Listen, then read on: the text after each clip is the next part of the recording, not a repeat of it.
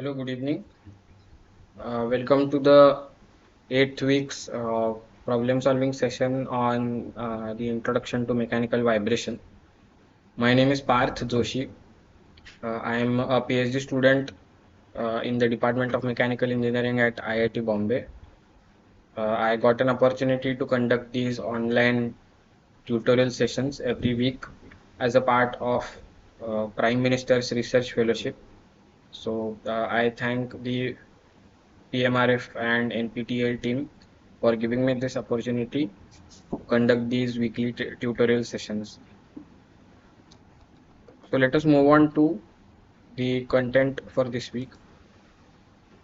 So the theme for this week is multi-degree of freedom systems, and the topics that have been covered are undamped free vibration, eigenvalues and eigenvectors, mode shapes, and also coupling has been discussed to some extent. So, uh, so in general, we would choose the level of fidelity of the model, or basically the number of degree of freedom to which that we would model a system. That would depend on several factors. So first of all, it depends on our requirement. So if we need a very detailed analysis, and if we want more and more accurate results, then we would have to go for we would have to model a system as a multi-degree of freedom system. So in reality, many of the systems in real life, they consist of multiple parts and multiple systems interacting with each other. So in general, in reality, we would have to model them as a multi-degree of freedom system. However, uh, depending on our requirement, we can either simplify them to the bare minimum number of degrees of freedom that we need and are interested in. So, and it also depends, the choice of our model will also depend on the extent to which information is available to us. If we have very detailed information about the system, then we can actually choose to go for a very high fidelity or detailed model of the system, which incorporates like multiple degrees of freedom. So, for example, a car, if we take a car, then we can, there are different levels of detail and different levels of fidelity to which we can model that. So, depending on the interest of our interest, basically, and also depending on the availability of information. So if we are just interested in the natural frequency, or if you want to estimate what are the vibrations transmitted from the road to the passengers, then we can choose either uh, a lumped parameter model, which is also called as a quarter car model, where we just model the entire car body as a single lumped mass, and the tires are modeled separately. So the tires and suspension. So the interaction that is happening between the road, tires, and suspension and the car body, they they together they are modeled based on the level of information that we have. So if we have very detailed information about the tire, road contact, and of the and if we are interested in the uh, the motion of the car body in different directions, so then we might have to go for a high fidelity model, which in which we model each wheel's motion separately. But if we are just interested in the, let's say, up and down motion of the car and pitching motion, so then we can choose a simpler model. Let us say, for example, like a quarter car model, or where we model the front wheels and rear wheels together as a lump mass.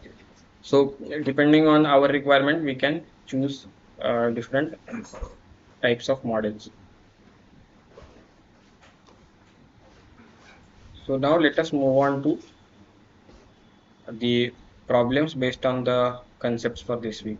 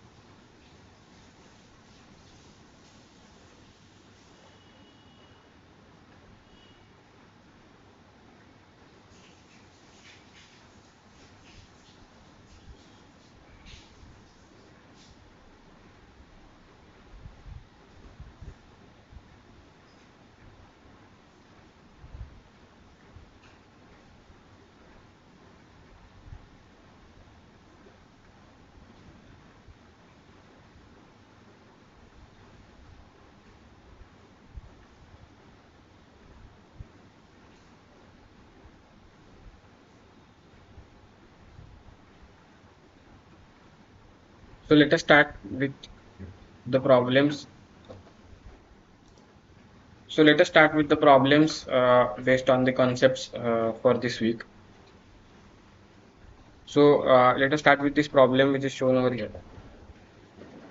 It shows that a typical type of model which is used generally for modeling the uh, pitching motion of and up and down motion of the car body. So the automobile is modeled as shown in the figure. So we have to derive the equations of motion using Newton's second law of motion. So now here in this model, we are representing the whole mass of the uh, car body and along with the passengers and everything as a single lumped mass, capital M. And let us say it has a mass moment of inertia about its center of mass G, which is Jg, and the distance of the horizontal distance of the center of mass to the front axle is L1, and the distance from the center of mass G to the rear wheels is L2. So we are interested in modeling the up and down motion, which is basically x3, and the pitching motion, which is theta, which is represented by the motion theta. So now we are representing the suspension and the tires. Basically, the front and rear tires are modeled together. So here, the small m1 mass, it represents the front wheels or front,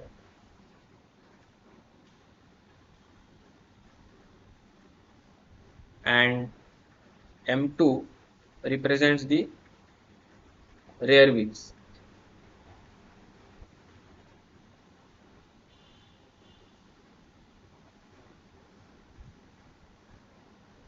The spring K2 and C2 together, they represent the front and rear suspension.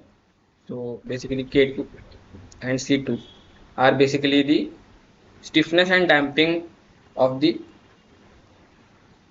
rear suspension, front and rear suspension basically.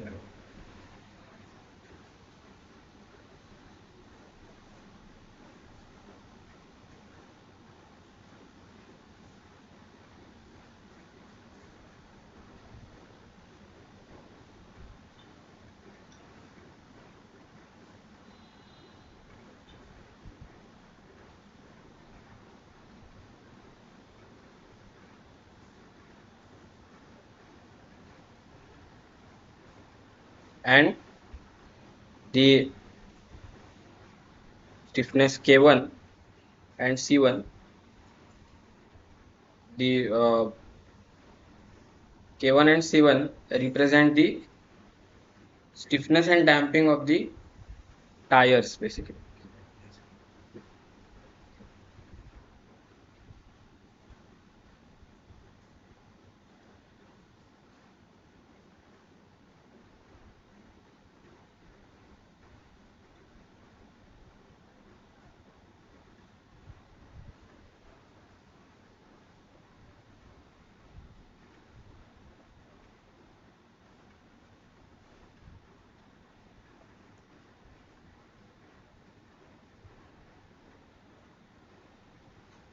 So now what we have to do is to write down the equations of motion by applying Newton's second law.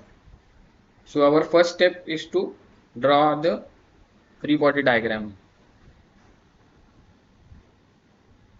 So let us draw the free body diagram for each of these masses M1, M2, and show the forces acting.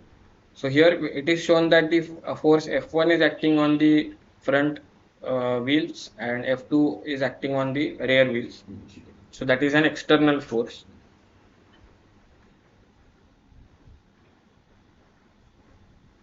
So let us draw the free body diagram. So for simplicity, let us show the car body as a, let us say, some bar or block which has a mass capital M, and it is rotated with respect to the horizontal by angle theta.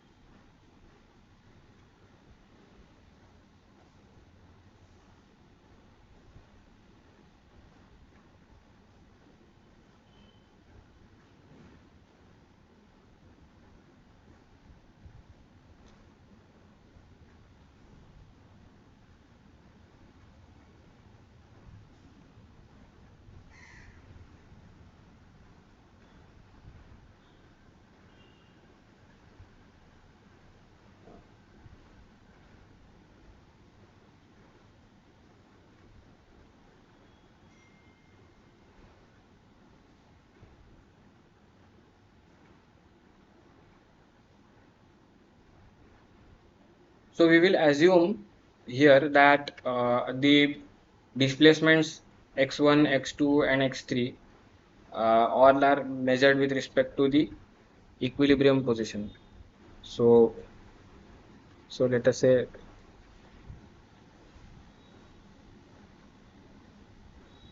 the problem with my screen sharing.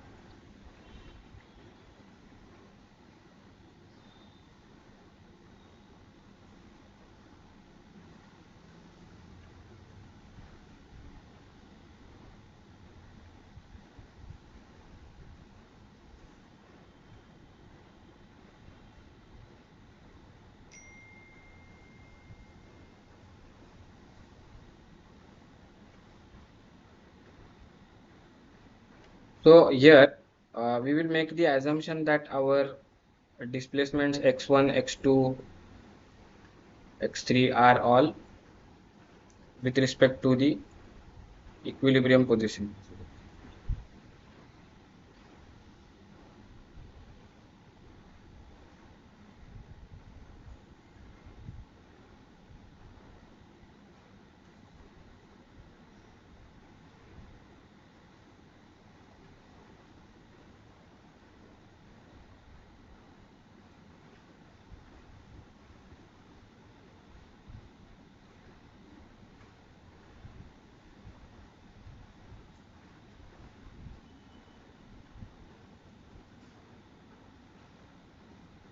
So we will assume that x1, x2 and x3 are all measured with respect to their respective equilibrium position. So therefore we do not need to consider the weights of these bodies. So this body of the car, it is rotated by angle theta.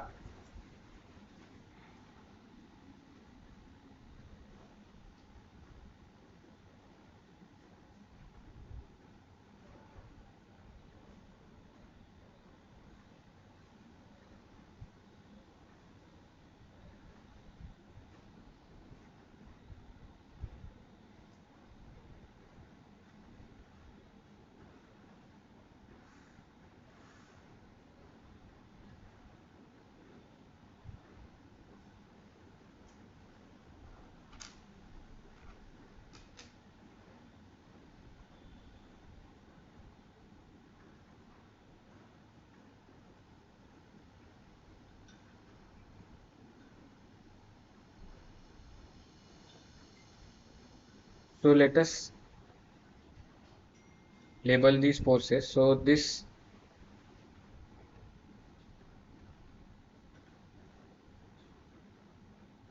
four vectors represent the force due to the let us say the dampers and springs. So so let us call this as spring force Fs2 and Fd2, and this force as Fs1 and Fd1.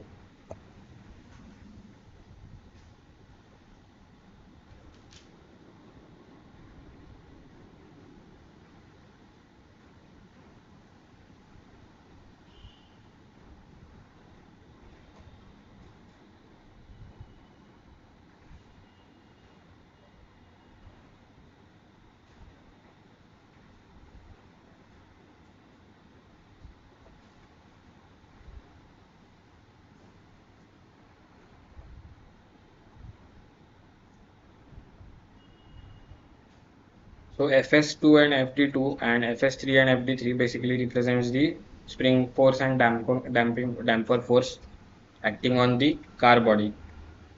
Now similarly, let us draw the free body diagrams for the two masses M1 and M2.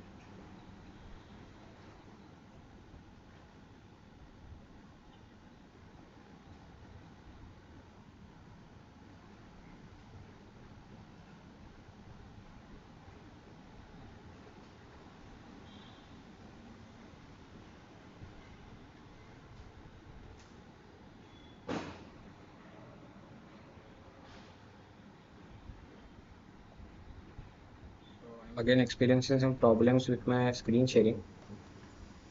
Uh, yeah.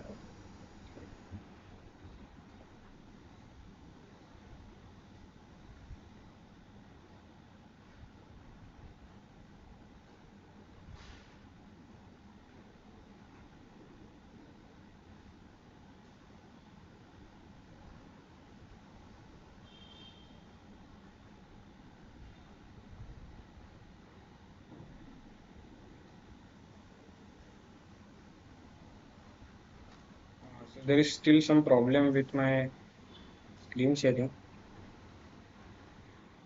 So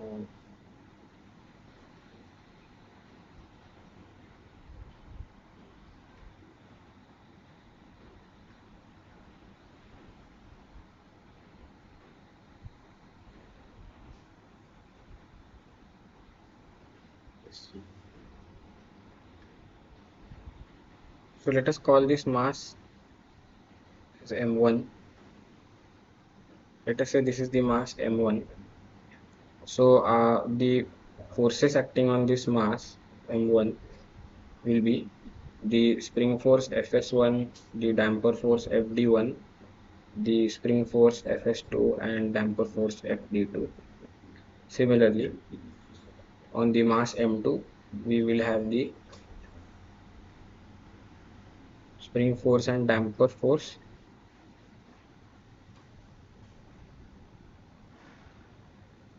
So let us call this as Fs3 and Fd3 and Fs4 and Fd4. Now to write down the expressions of each of these uh, bodies, the expressions of the forces acting on these bodies. So first let us look at the displacements. So I am representing the car body now as for example, a single line. So let us say this is the center of mass. So the displacement of the center of mass is, let us say, x3, and it is rotated by angle theta. So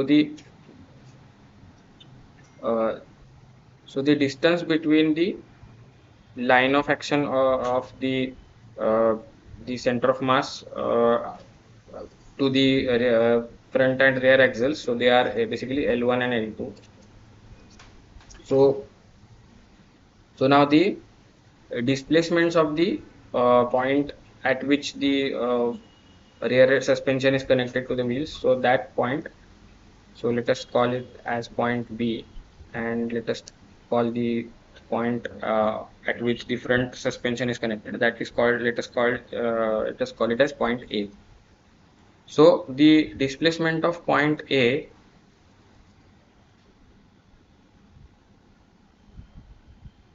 will be x3 minus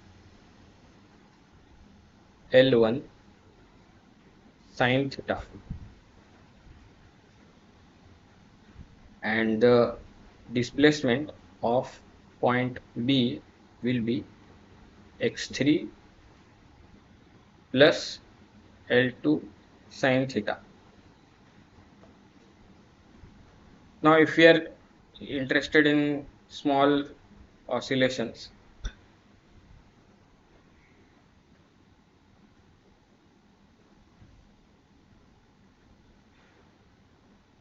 so then theta will be nearly equal to sin theta is nearly equal to tan theta.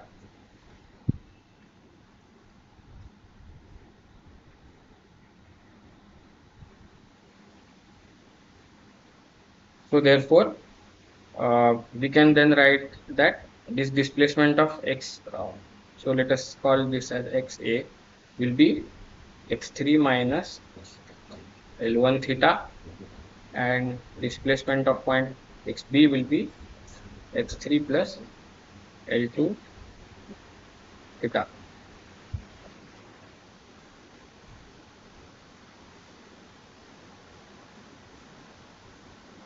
So now we can write down the expressions of the spring force and damper forces. So the spring force Fs1 is the force acting on the front wheels. So it is connected to the ground through spring and damper K1 and C1. So it will be K1 X1. The spring force S2 will be, so it will depend on the relative displacement between the mass M1 and the point A. So it will be K2 into, it will be K2 into XA minus X1, or X3 minus L1 theta minus X1. Fs3 will be K2 into, so it will again depend on the relative displacement between of points B and X2. So it will be K2 into XB minus X2, so which will be X3 plus L2 theta minus X2. Similarly, Fs4 will be K1 X2,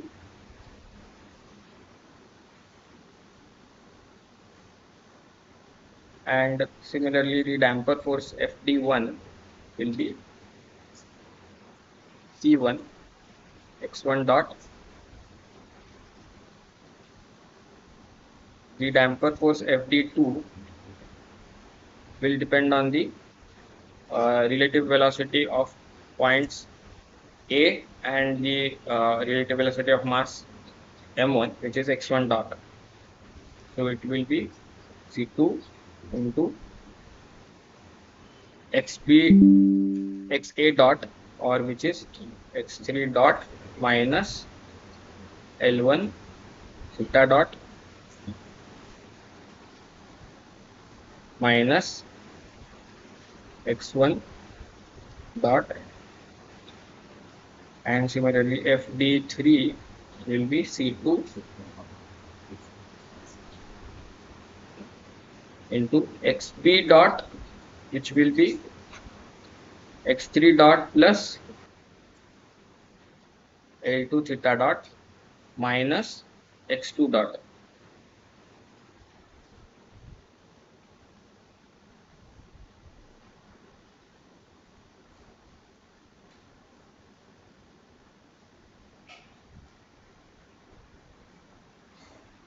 The force because of the damper, so Fd4 will be C1 X2 dot. So now we got the expressions for the spring and damper forces.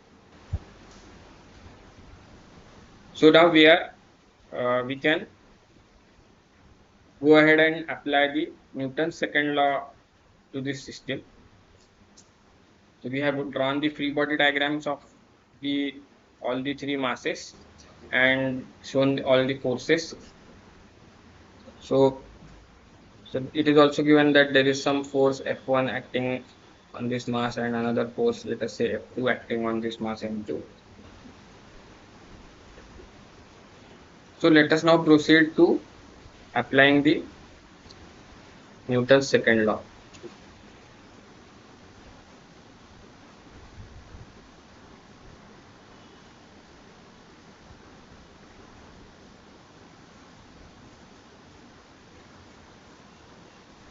So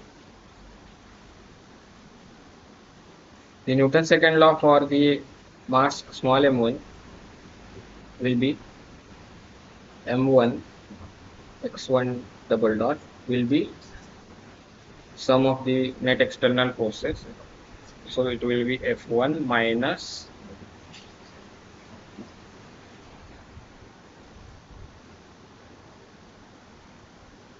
F1 minus Fs1 minus Fp1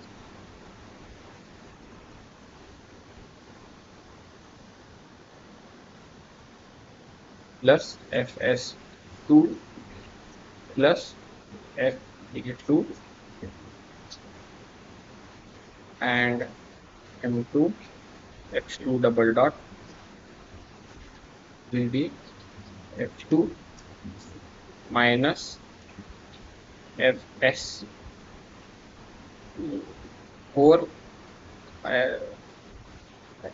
minus Fs4 minus Fd4 plus Fs3 plus Fd3. Now for the car body, we have, since it is translating as well as rotating, so we will apply the Newton's second law to the mass, as well as we will write the moment equation for the mass capital M. So capital M x3 double dot is equal to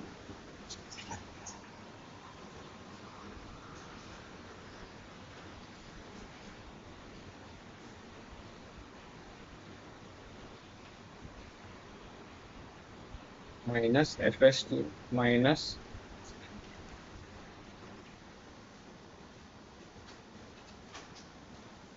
Fd2 minus Fs3 minus Fd3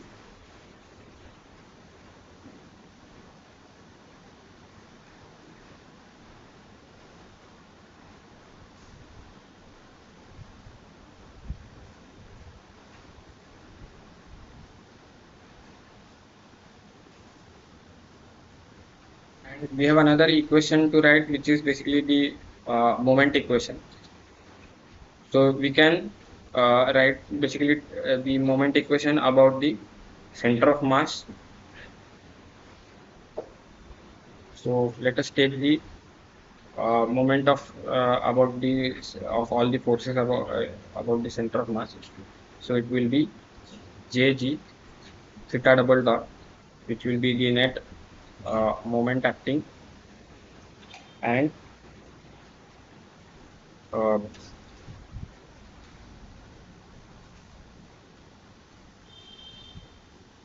so the moment we can be written as Fs2 and Fd2. So they will have cause anticlockwise moment. So let us assume that anticlockwise is positive. So it will be Fs2 plus Fd2 into L2 minus Fs3 plus Fd3.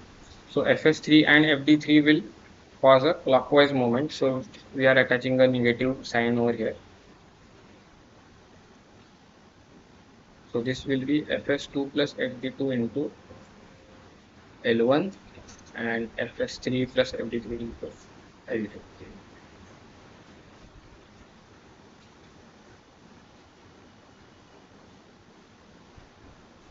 So this is basically the moment about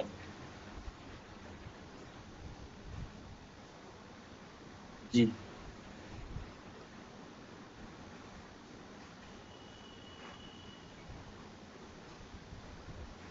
So now we can substitute the expression that we have derived for each of these spring and damper forces. So we can again rewrite these same differential equations as m1 x1 double dot is equal to f1 minus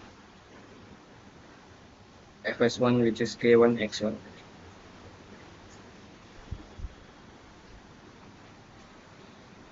and fp1, which is C1 x1 dot plus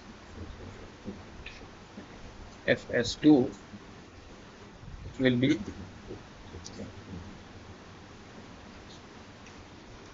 k2 into x3 minus L1 theta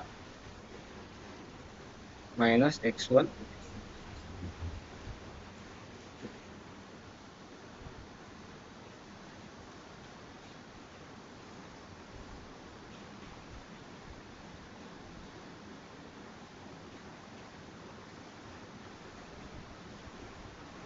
3 dot minus L1 theta dot minus x1 dot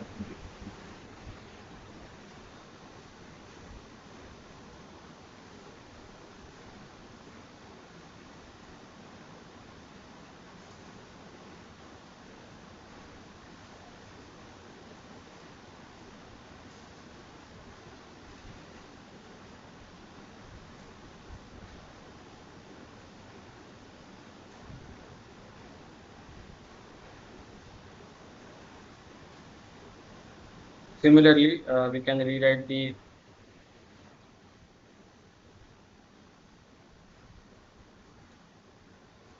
expressions for the spring and damper forces acting on the mass M2.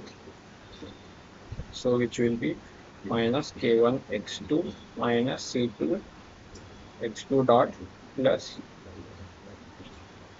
K2 into x3 plus L2 theta minus x2 plus C2 into x3 dot minus L2 theta dot minus x2 dot.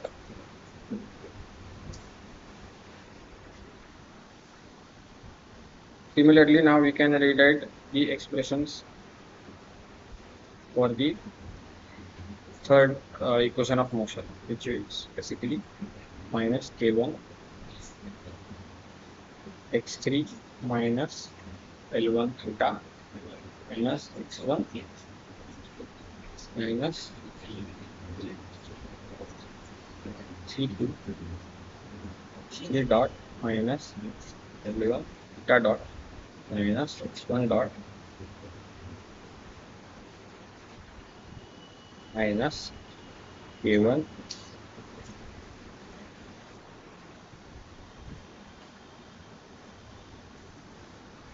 this should be K2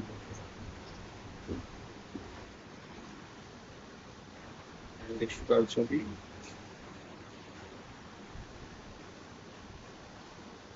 K2 into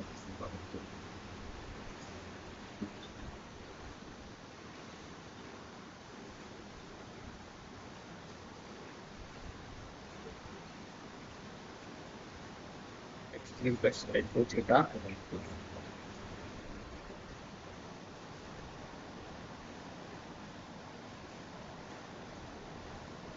minus x2 minus C2 into x3 dot plus L2 theta dot minus x2 dot. So this will be the equation of motion for the mass capital N.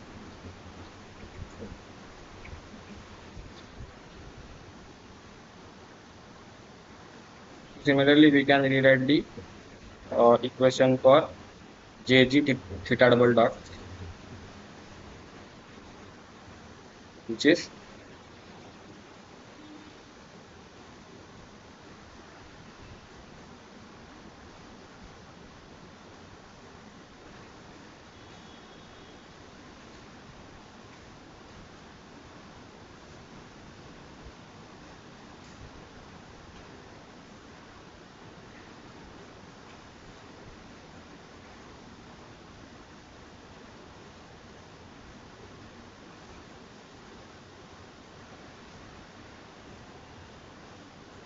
minus L1 theta minus x1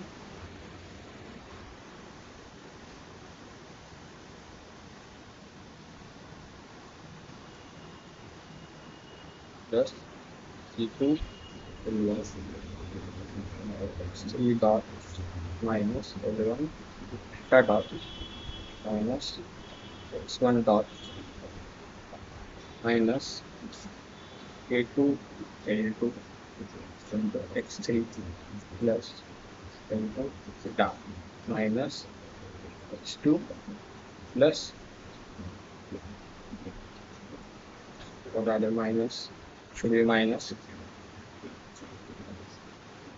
C2 L2 into X3 dot minus plus L2 theta dot minus X2 dot.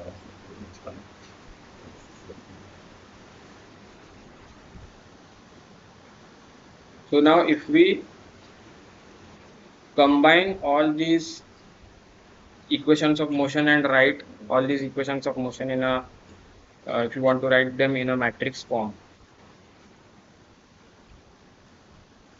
So if you want the equations of motion, so if you write them in a matrix form, so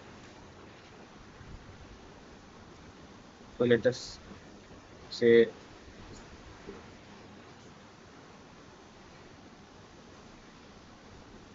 m x double dot. So capital M is the mass matrix, x double dot plus c x dot. So c represents the stiffness, the damping matrix, and kx, where k represents the stiffness matrix. So to write these equations in this form, so we will get the mass matrix as, so it will be simply the diagonal matrix uh, m1 0 0 0 0 into 0 0 0 capital M 0.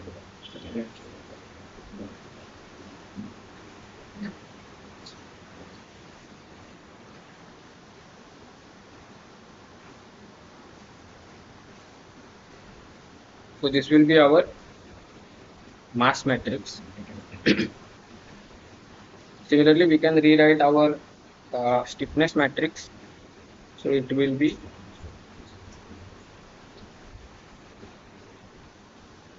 K1 plus K2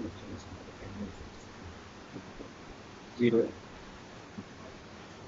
minus K2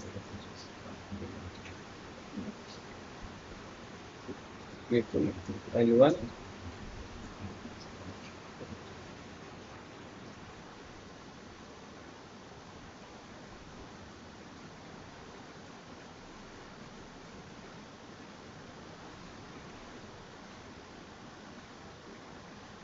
K2 L2.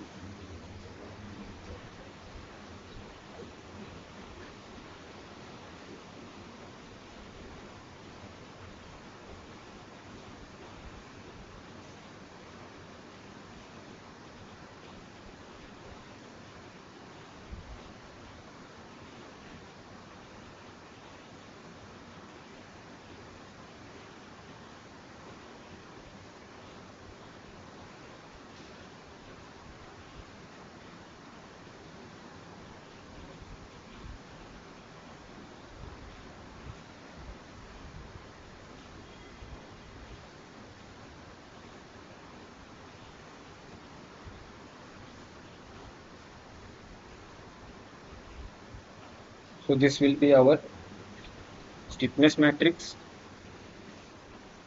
and similarly we can write down our damping matrix. So it will be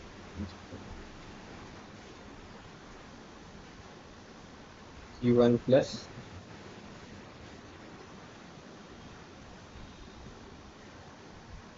C2 C1 C2 C2L1 0 C1 plus C2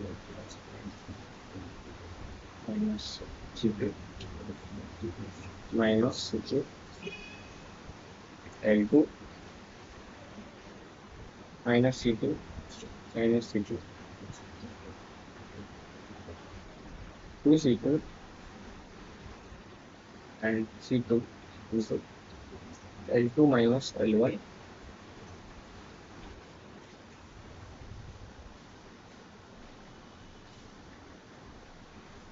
C2 L1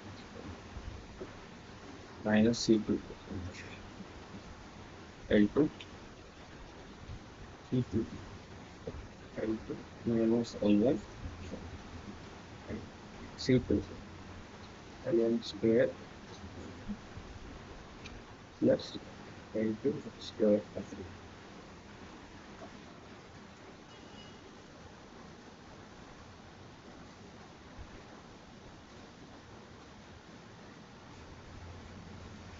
So this is how we can uh, derive the equations of motion and write them in a matrix form.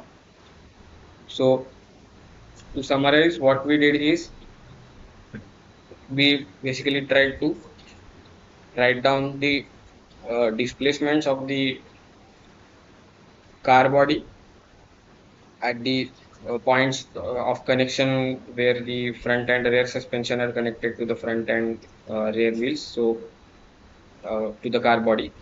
So we first derived that displacement.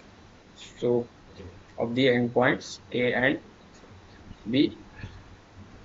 So we derived the end displacements of the endpoints XA and XB.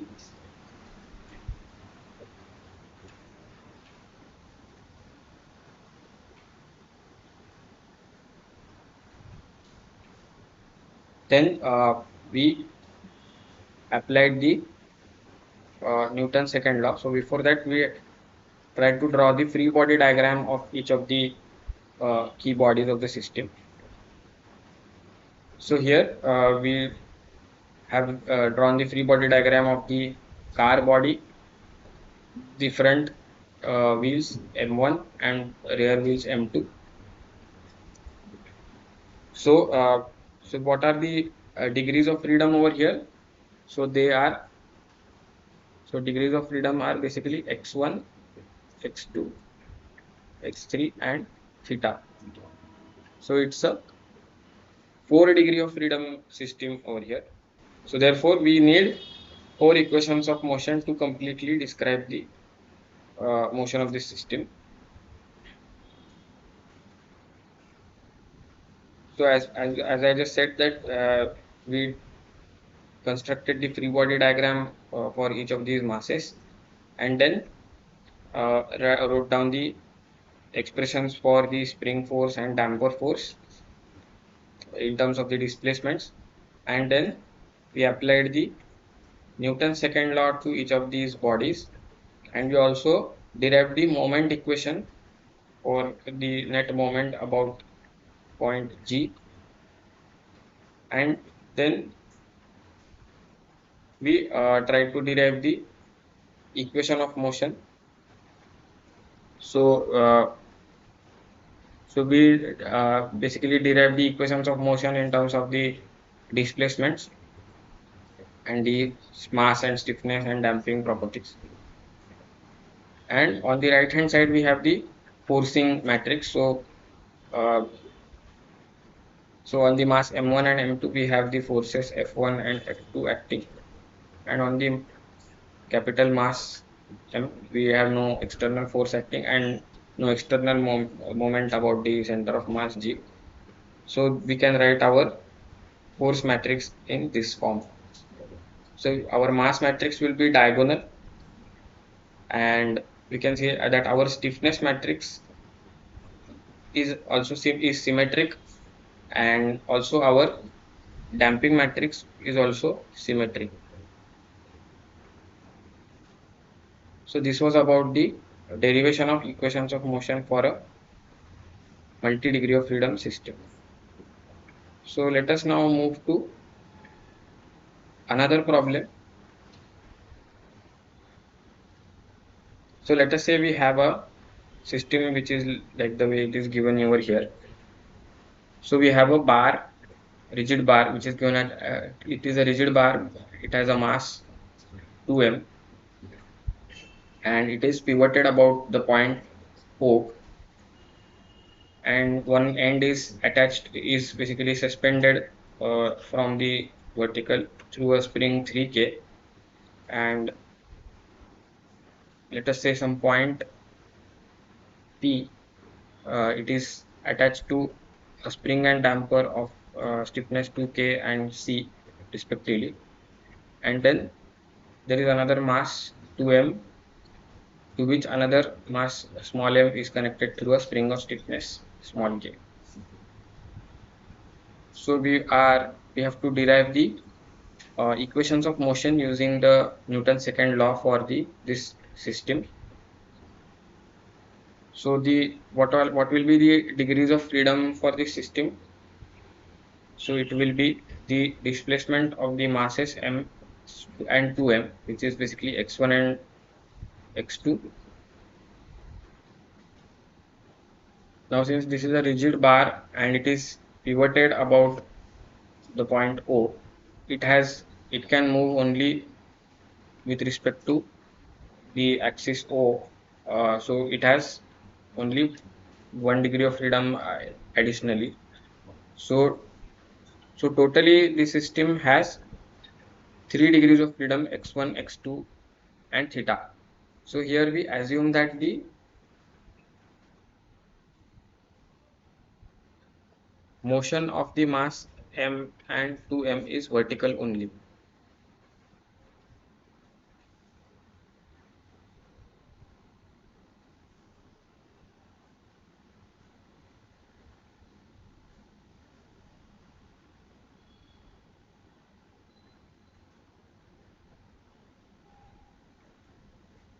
So therefore we have only 1 degree of freedom for those masses m and 2m.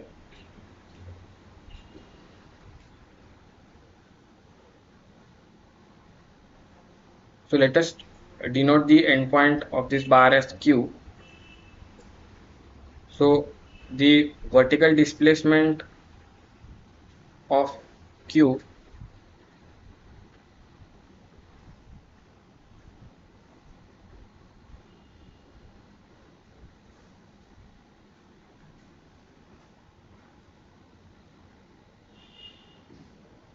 displacement of q will be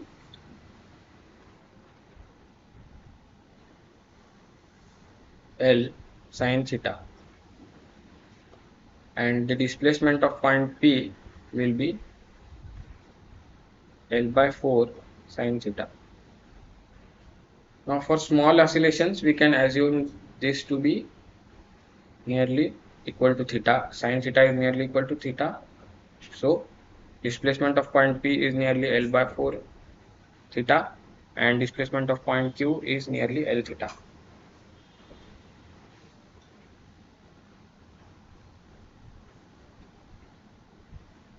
So now we can draw the free body diagrams for each of these masses. So we will assume that displacements x1, x2, etc., they are with respect to equilibrium position.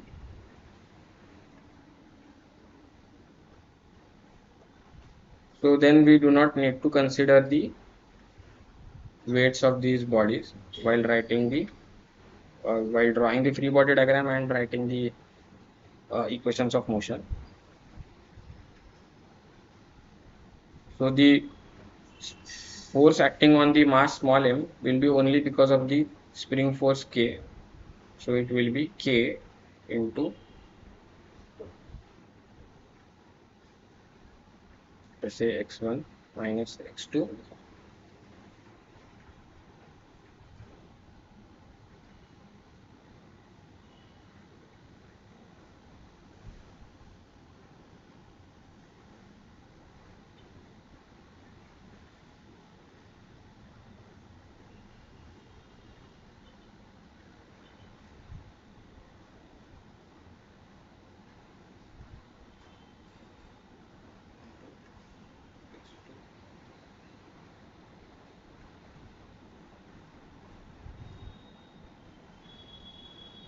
plus x1 will be tensile, and also let us draw the free body diagram for the mass 2m, which will be k into x2 minus x1,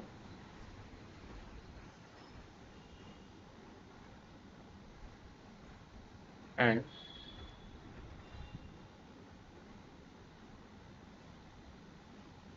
so there will be a spring force because of this spring 2k. So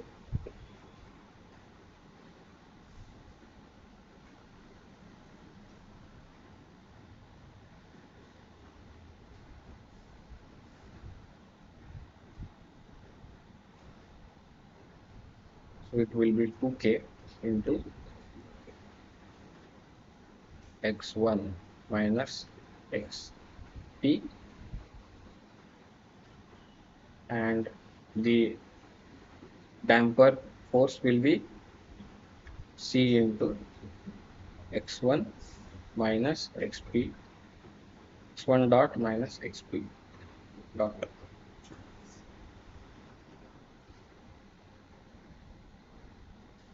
So xp, so xp dot will be L by 4 theta dot, and xq dot will be L theta dot.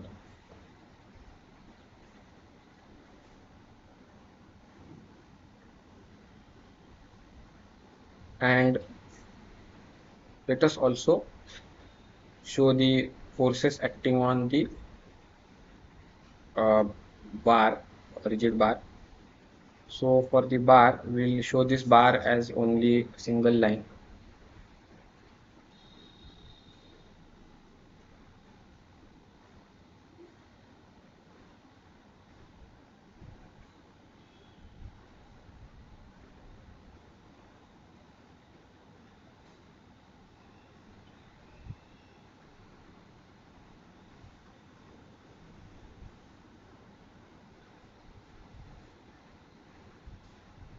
So let us show the forces due to the hinge.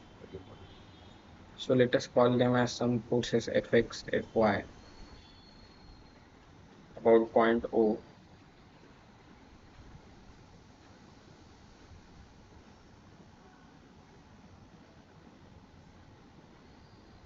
and at point P we have this spring force. Let us call this as Fs, and there is another problem. Let me screen share again.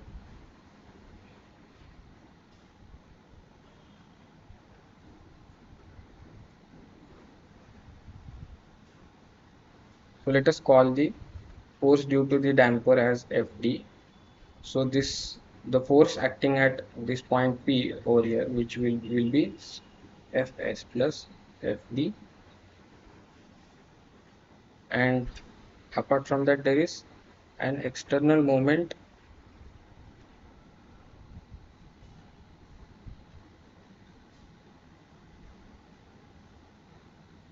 Mt which is acting, and there is a spring force because of this spring 3k. So it will be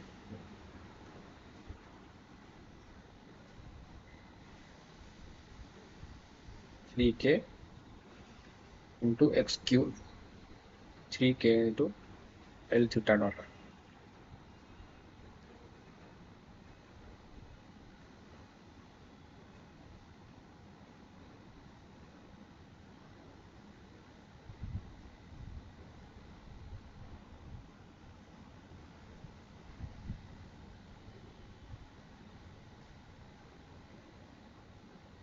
So we can now write down the equations of motion.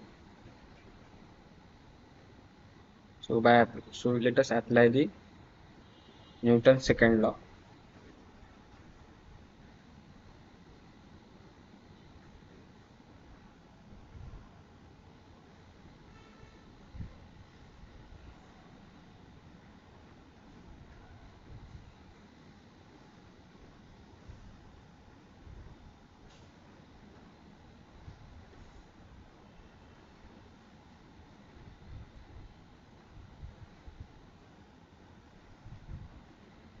So let us apply the Newton's second law.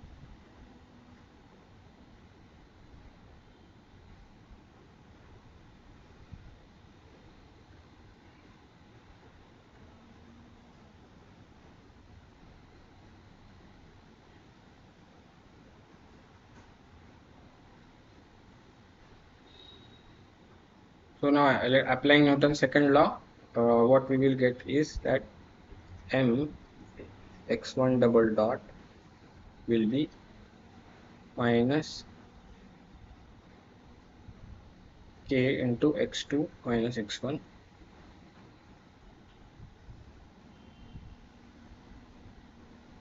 So we are the displacements have been indicated in downward direction as positive. So we will assume our coordinate system, let us say like this, x, y, and let us say we are assuming that anticlockwise is positive.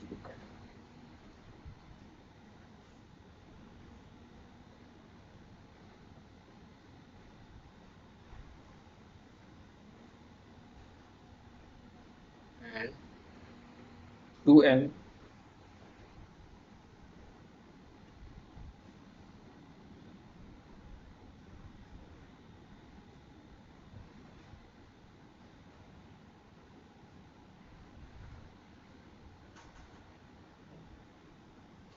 so this should have been m x2 double dot, and 2m x1 double dot will be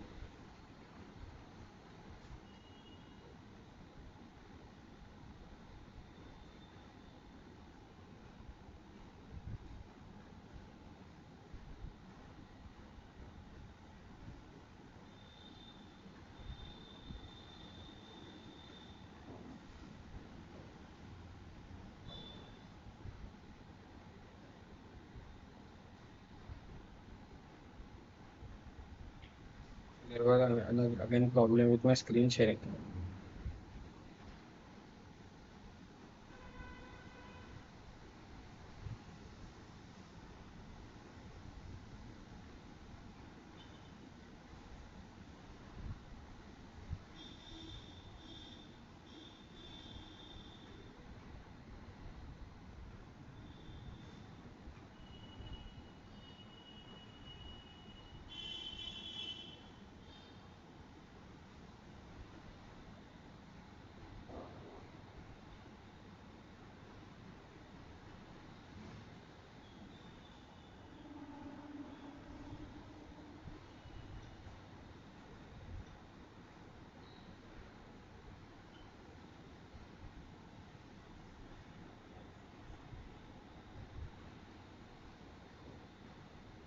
So 2m x1 double dot will be k into x2 minus x1.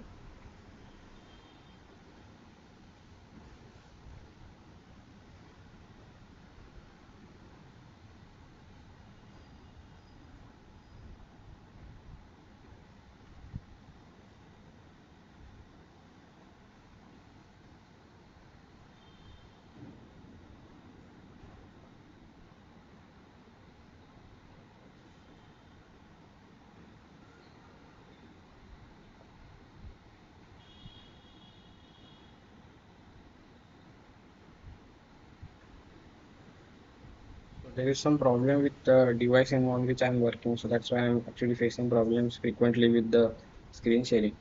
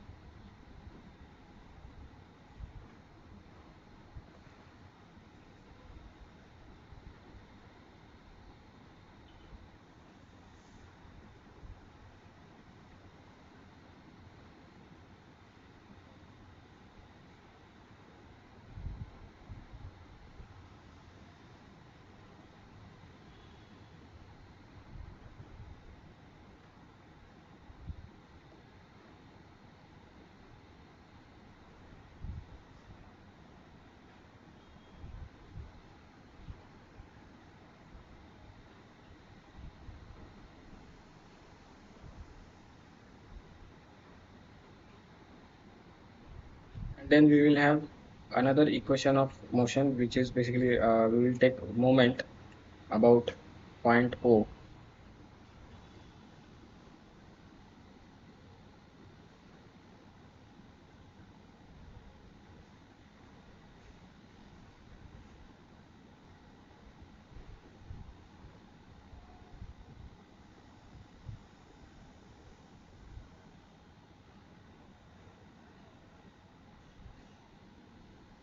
So let us slightly change our original assumption of our coordinate system. So we had said that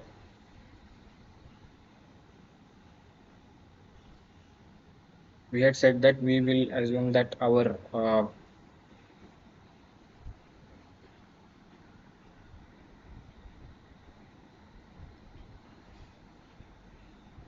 coordinate system is such that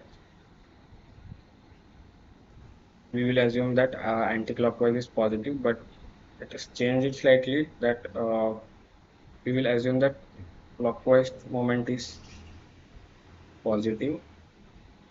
So,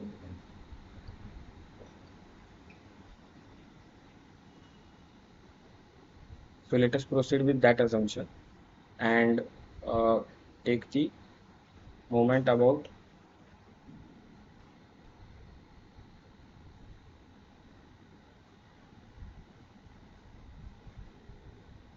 point O for the bar.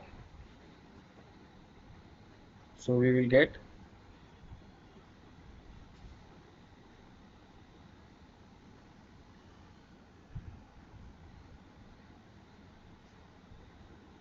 let us say Jo is the moment of inertia of the bar about point O, and Jo theta double dot will be the net moment acting about point O. So we can write that as mt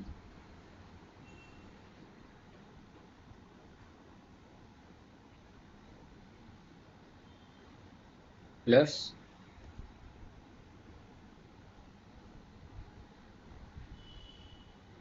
fs plus fd, that will cause a clockwise movement about point O, and the force 3k L theta will cause a anti-clockwise movement. So k x2 minus x1, sorry,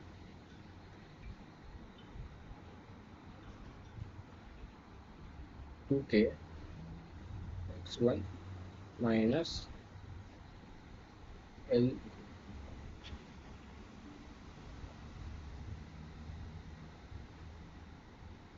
theta by 4 plus c x1 dot minus L theta dot by 4. So this into L by 4 minus 3k L theta into L.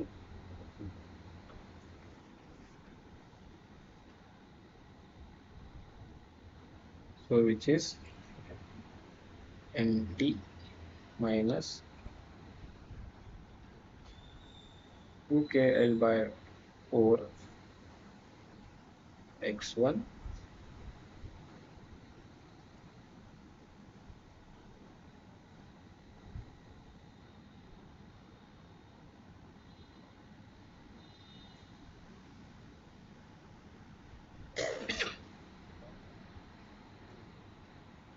plus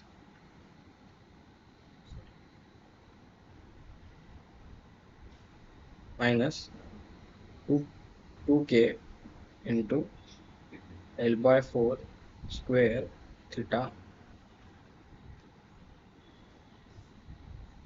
plus C L by 4 x1 dot minus C into L by 4 whole square theta dot minus 3k L square theta.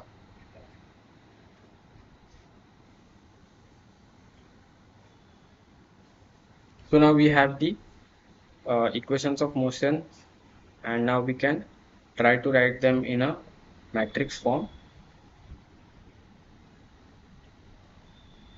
So let us try to rewrite these equations of motion in a form where we can easily write the mass and stiffness matrix.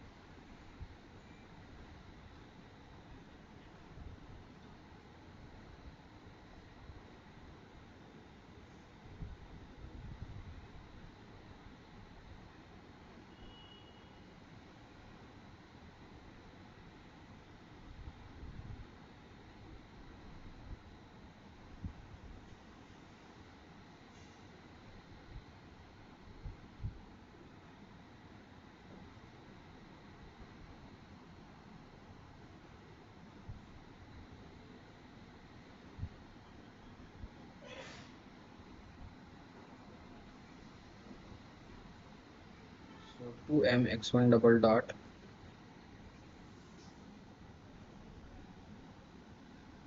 minus k x2 minus. So let us collect the terms of with coefficients of x1 and x2. So the coefficient of x1 will be k plus 2k, which will be 3k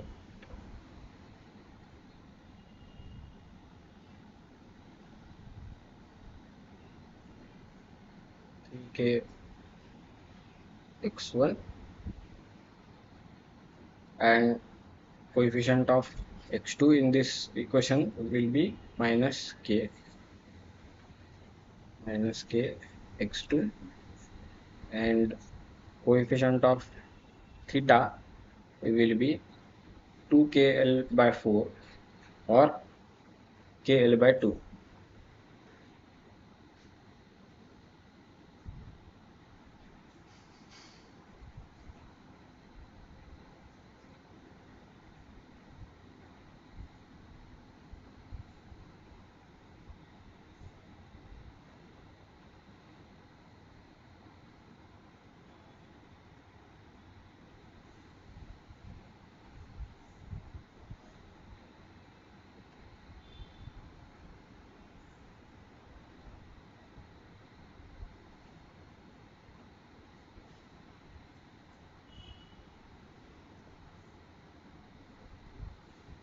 So coefficient of theta will be k into L by 4,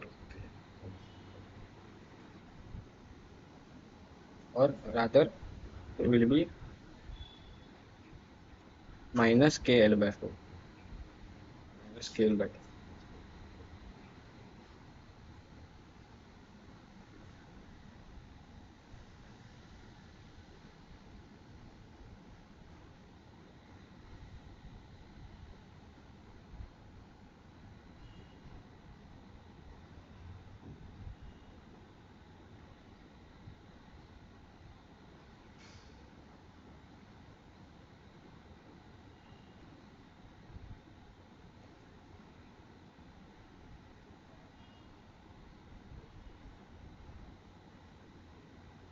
And coefficient of x1 dot will be c, and coefficient of theta dot will be minus cl by 4.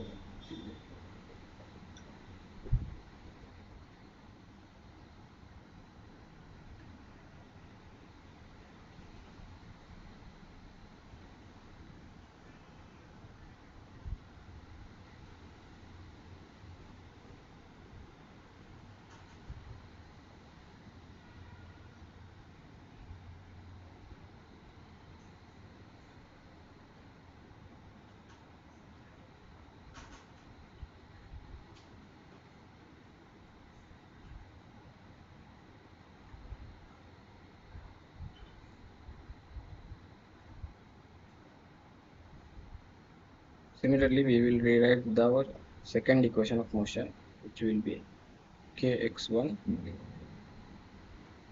plus kx2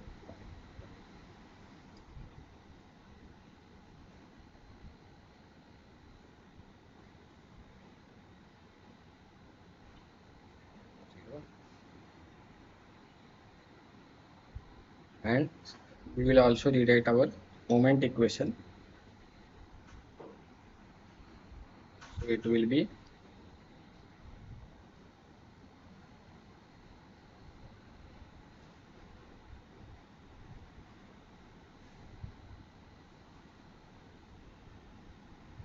j0 jo theta double dot minus kl by 2 x1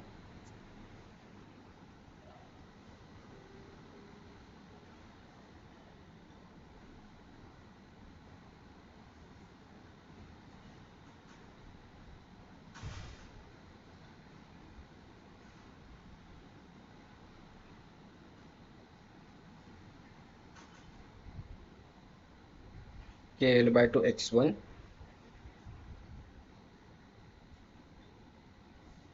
and kl square by 8 theta.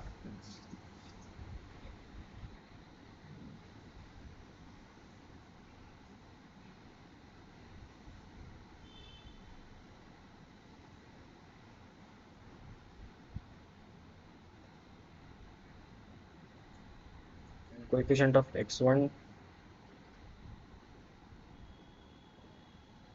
So we have another term 3kl square also. 3 by, so it will be kl square by 8 plus 3. So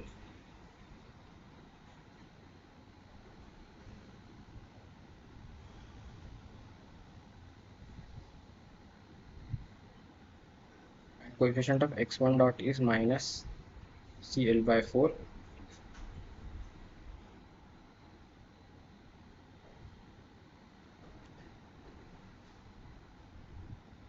Coefficient of theta dot is cl square by 16 theta dot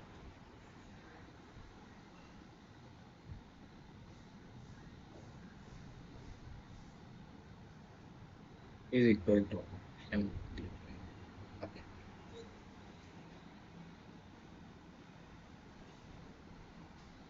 So now we can write down our mass matrix.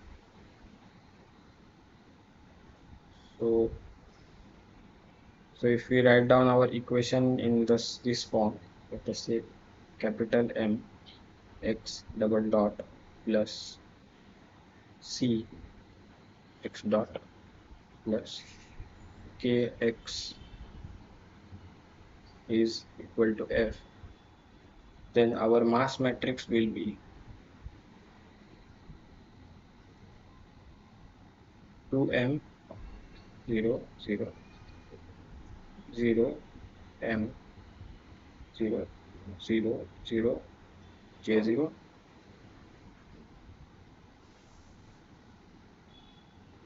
Then our stiffness matrix will be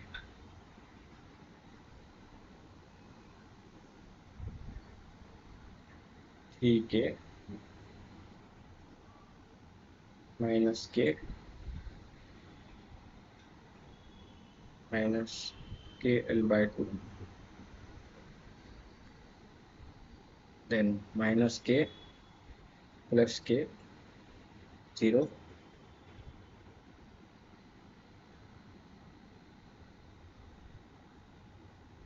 then we will have minus kl by 2, then we have no coefficient of x2, so it will be 0, and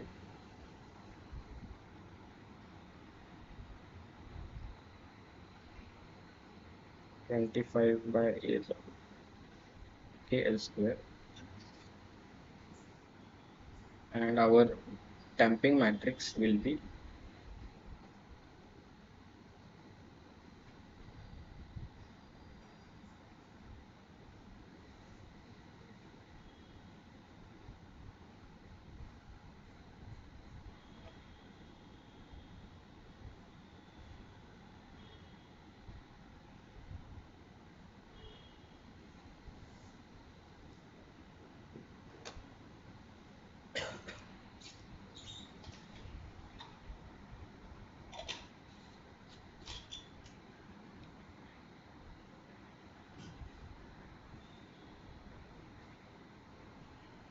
so our damping matrix will be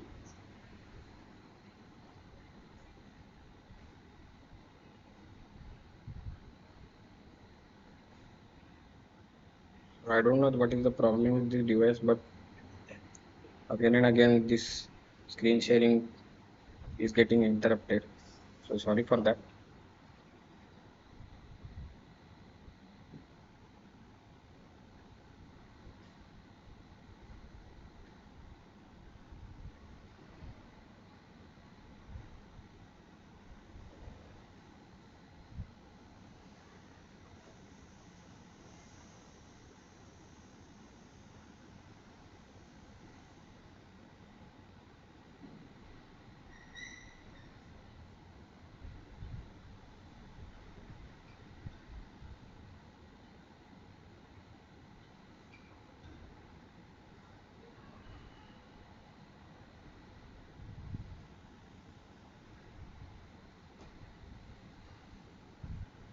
So our damping matrix will be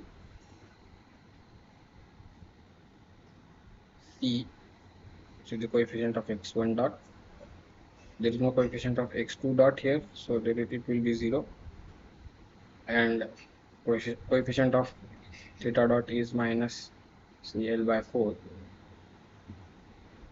Then in the second equation there is no term for damping, and in the third equation the coefficient of x1 dot is minus CL by 4,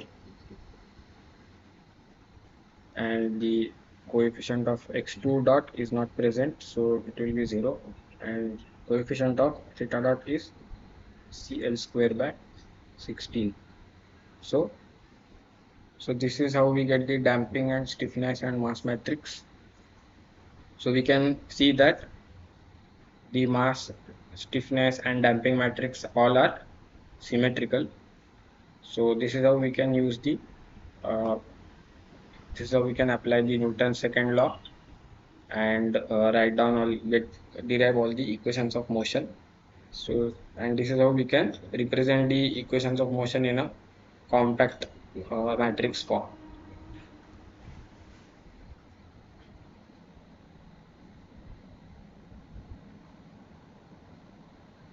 So let us now move on to other types of problems.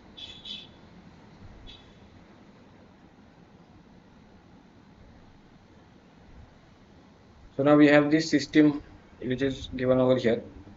So we have to find out the natural frequencies and mode shapes of this system. So let us proceed with this problem. So what we have to do is, now we will uh, again draw the free body diagrams for each of these masses, and show the forces acting on each of these masses, and then apply the Newton's second law to each of these masses and get the equations of motion. And then we will once we get the equations of motion, we will solve for the eigenvalue problem and obtain the natural frequencies and mode shapes of this system. So let us start with this problem. So the forces acting on the mass m3 will be the spring force K3x3.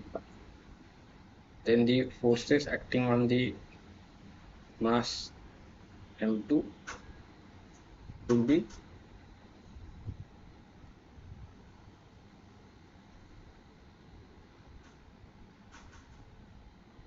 K3 x3 minus x2, and the spring force by the spring K2 will be K2 into x2 minus x1. So we are assuming that x3 is greater than x2 is greater than x1, and so therefore the spring is in tension.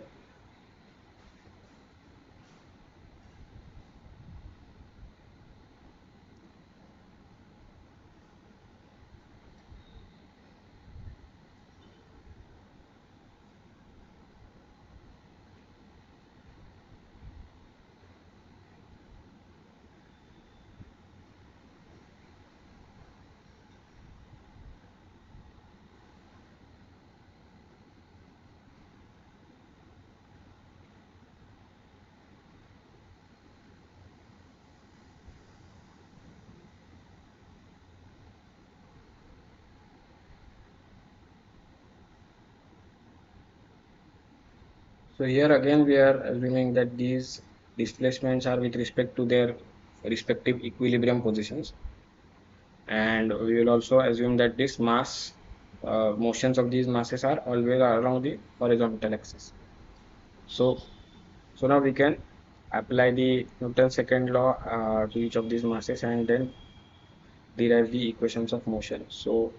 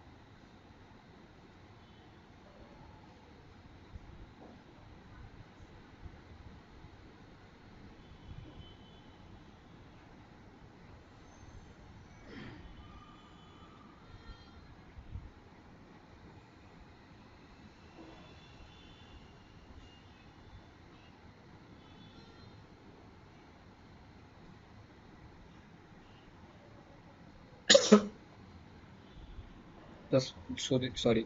So the force acting on the mass M3 is only because of the spring K3. So this is how we get the equations of motion. So now we can rewrite these equations of motion again, so that we can easily write them in the matrix form, which is mx double dot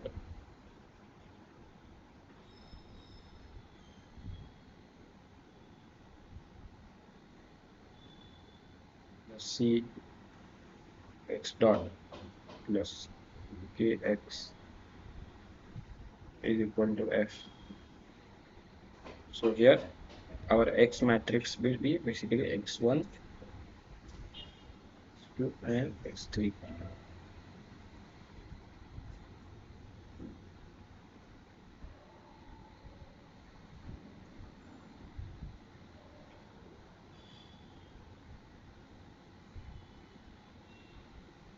So our mass matrix is simple and straightforward. So we can write down it as m1, m2,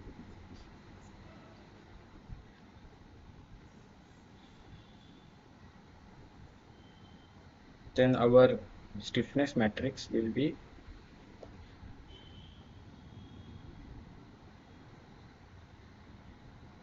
so the coefficient of x1 in the first equation will be k1 plus k2, and the coefficient of x2 will be minus k2.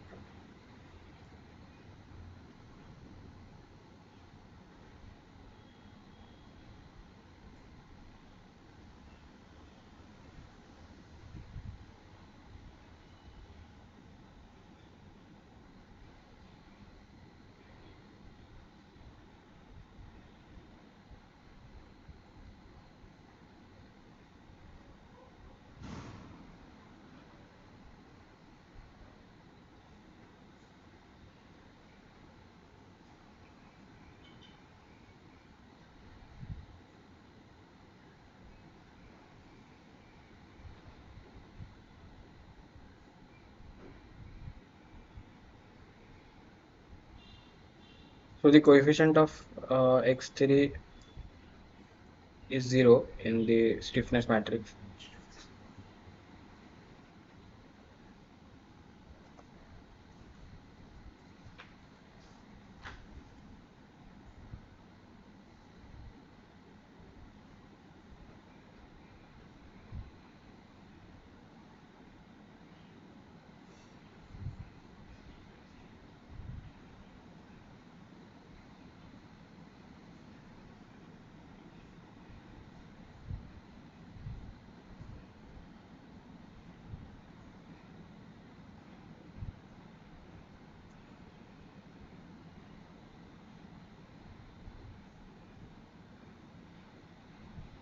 Similarly, coefficient of x1, it will be minus k2 for x1, and coefficient of x2 will be k2 plus k3,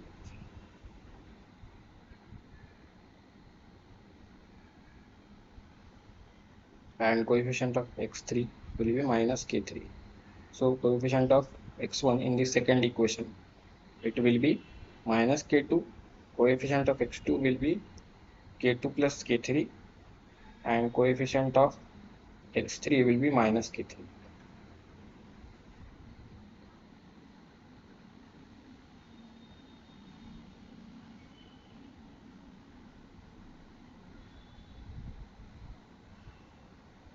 And the third equation, the coefficients of x1 and x2 are all 0.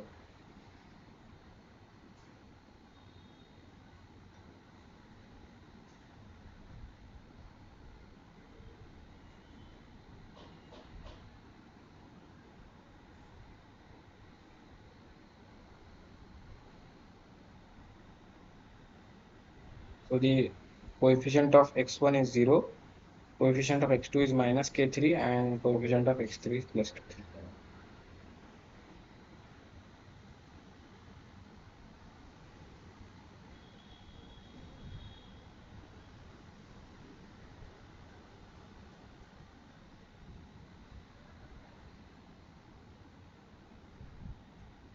So this is how we can write down the stiffness matrix.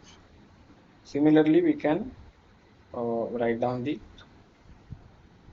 damping matrix. So here, because there is no damping present in this system, so there the damping matrix will be 0. And similarly, there is no external force acting on this system. So therefore, the force matrix is also 0. So we will have only the mass matrix and the stiffness matrix over here in this problem.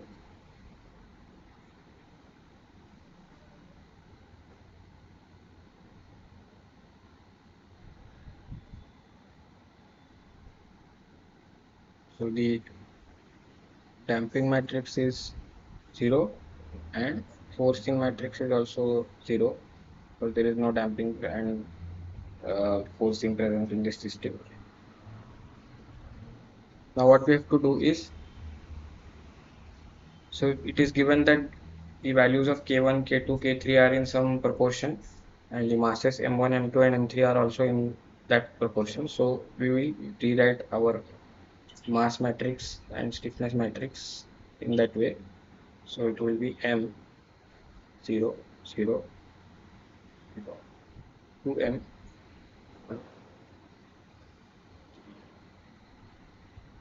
and our stiffness matrix will become,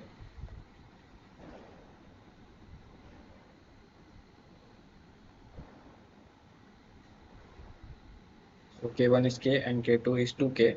So K1 plus K2 will be 3K, minus K2 is minus 2K, 0, and K2 plus K3 will be, so it will be 2K plus 3K, which is 5K, and K3 is minus K3 is minus, will be minus 3K. So this will be our mass and stiffness matrix rewritten. Now what we have to do is to solve for the natural frequencies. So for that, let us substitute a solution of the form, let us say x naught e to the power lambda t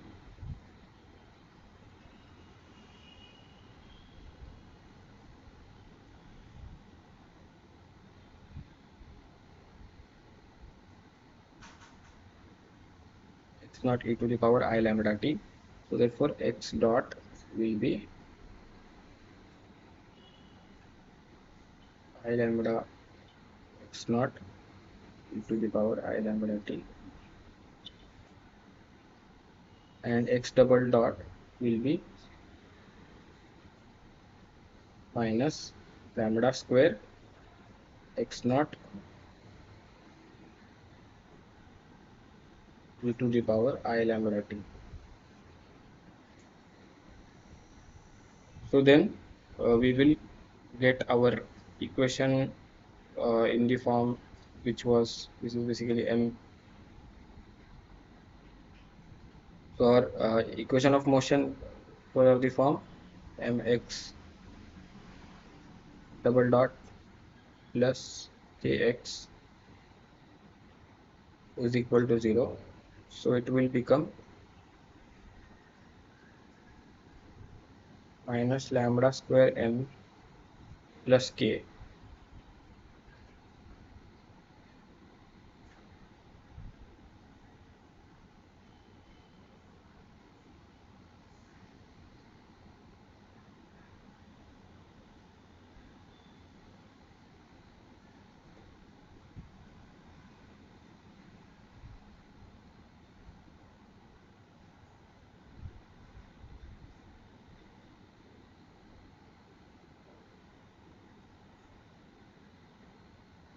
X naught e to the power I lambda t is equal to 0. So now for a non-trivial solution, and e to the power I lambda t will not be 0 for any real value of t. So except for t, except for so therefore for non-trivial solution, we need to enforce that the determinant of the matrix minus lambda square m plus k into x naught is, so that will be 0. So determinant of minus lambda square m plus k is 0. So which means that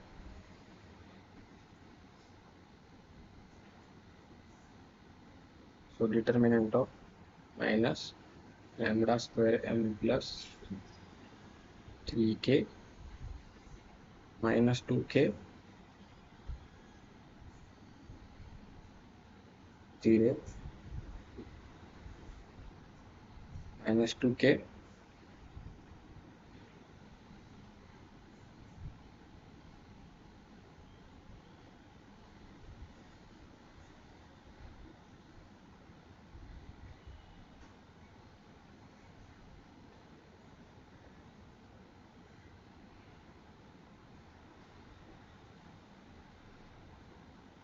plus 5k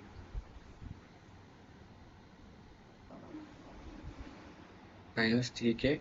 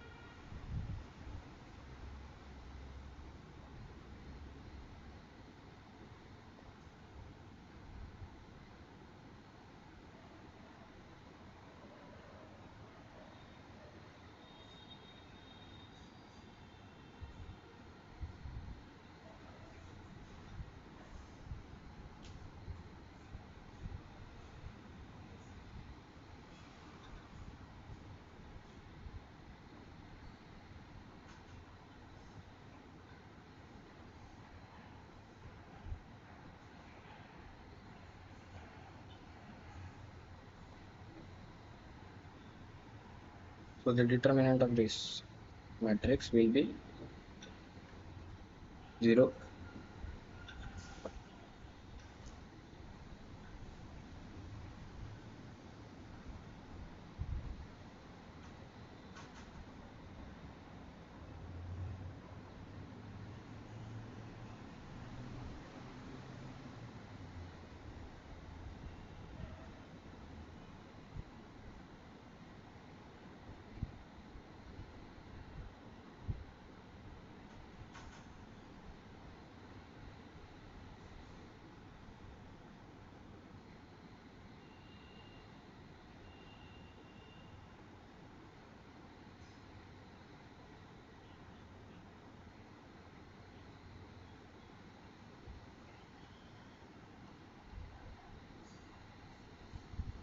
So therefore we can simplify this determinant. So we can expand the determinant.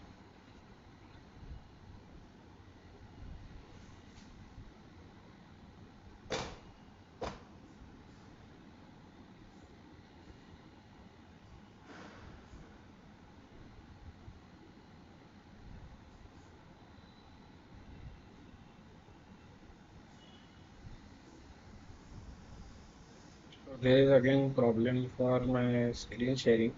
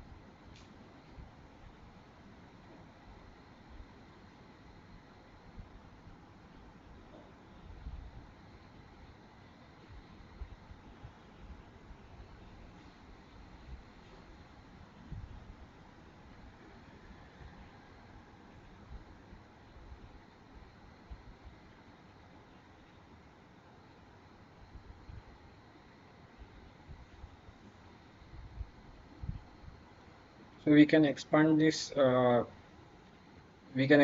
determinant and then simplify, then solve for the eigenvalues.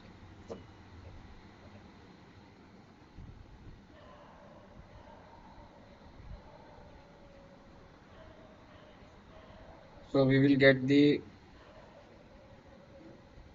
roots in terms of for lambda square. So the roots for lambda square will be the natural frequencies,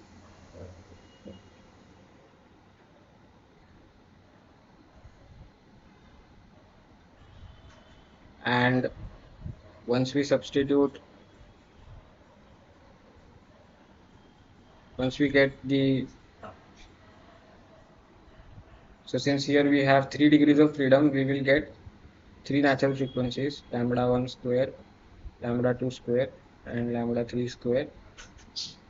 And once we substitute these eigenvalues into the earlier system of equations which we have found out, so we will get the eigenvector corresponding to each eigenvalue, lambda 1 square, lambda 2 square, and lambda 3 square, and that way we can get the eigenvectors, or basically mode shapes, for each natural frequency. So these were some kind of problems for which were based on the multi-degree of freedom systems. So we can apply the same methodology like 2 degree of freedom systems, and so our basic methodology will be the same for irrespective of any problem. So just to define the coordinate system, indicate what will be the key degrees of freedom in the system, and then draw the free body diagram and represent the forces in terms of the displacements uh, and the velocity of each of the key bodies in the system, and then apply the Newton's second law, and then use this after applying the Newton's second law, when we can use formulate this as an eigenvalue problem, and then obtain the natural frequencies and mode shapes for any given system. So this was all from my side for today. So I would again like to thank the NPTEL team for giving me an opportunity to conduct these weekly tutorial sessions. So I will stop this session for today.